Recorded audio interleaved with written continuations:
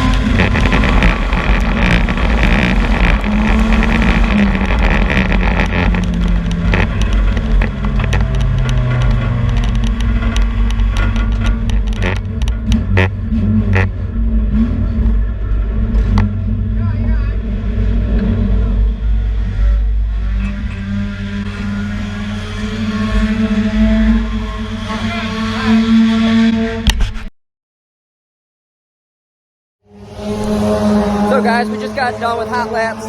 Then we went back out to the back to line up for qualifying. I didn't know how the car was going to do. It felt good in hot laps. And then get out for qualifying. The new track width helped a lot. The car drove real good, and we set quick time for the first qualifying session out of 8 of us. So I'll take that. We'll see you back for the heat race. Just wanted to include a little details about that qualifying time. Is I actually broke the track record, which is awesome. But then Chuck Johnson came back around in the second group, and he beat my time. So he is now the track record. Congratulations, Chuck.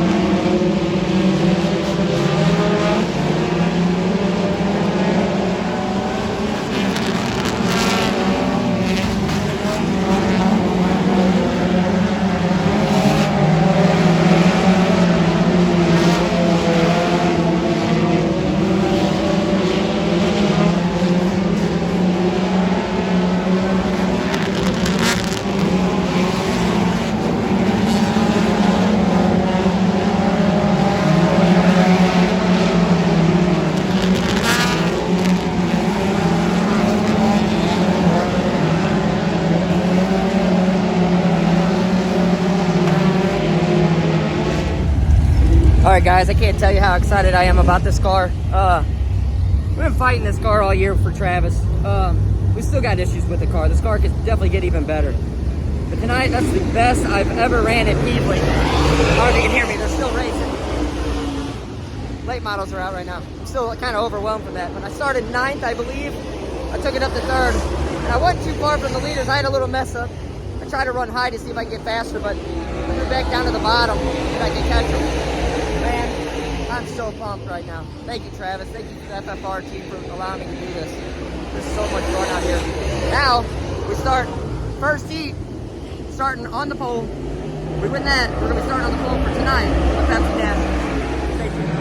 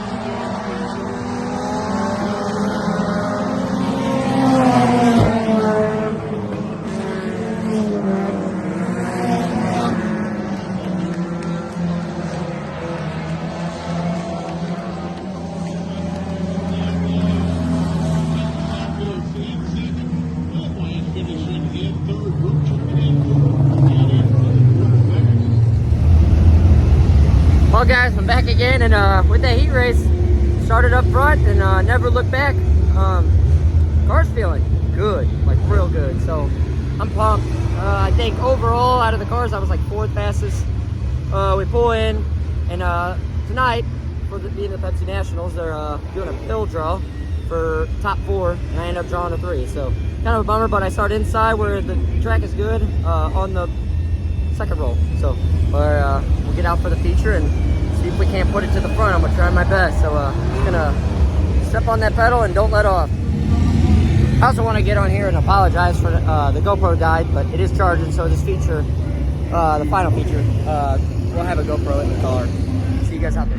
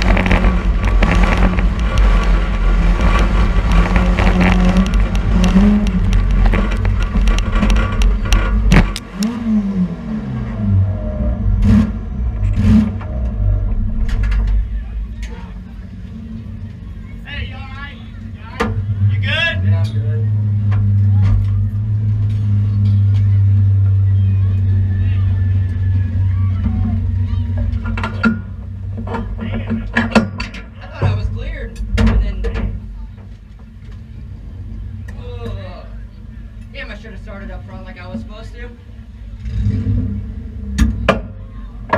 He said my right front is, we checked it with his temp gauge. He said my right front was light. We checked it with his gauge. Why do you think I went to the back? It's pretty nice to get torn up when you're supposed to start up front. But hey, rules are rules, right? Can't complain about it. I checked it with his gauge. He said it was light. I used it, his gauge. I went and got his gauge and checked it. I put 31 in there.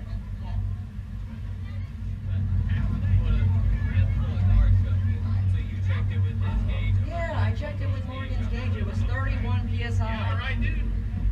Oh yeah. I thought it was clear.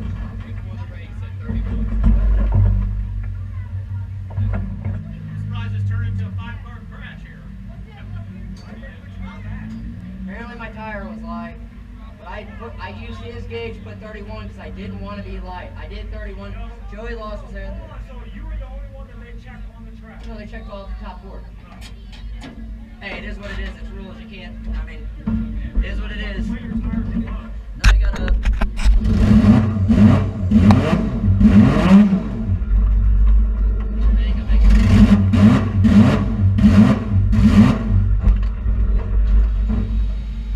Check that right front.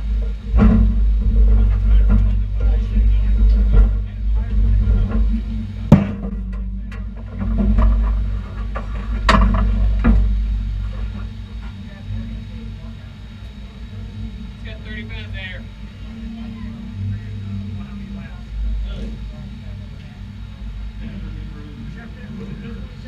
Yeah. It's 30. Right at 30. Check it with his. He's got it in his hand. He's tagging it around.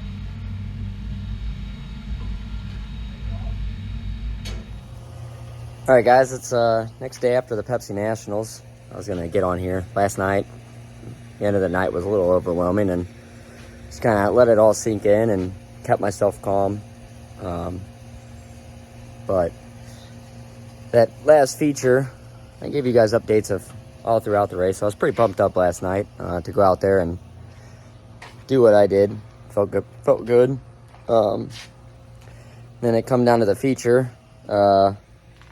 This, in my eyes, what happened was I was warned before we went out in the race that they were going to check tire pressures, like the top four. They were going to check them right before the feature started, which is, it's a weird way of doing things, but I mean, I don't make the rules up, and I'm not the tech guy.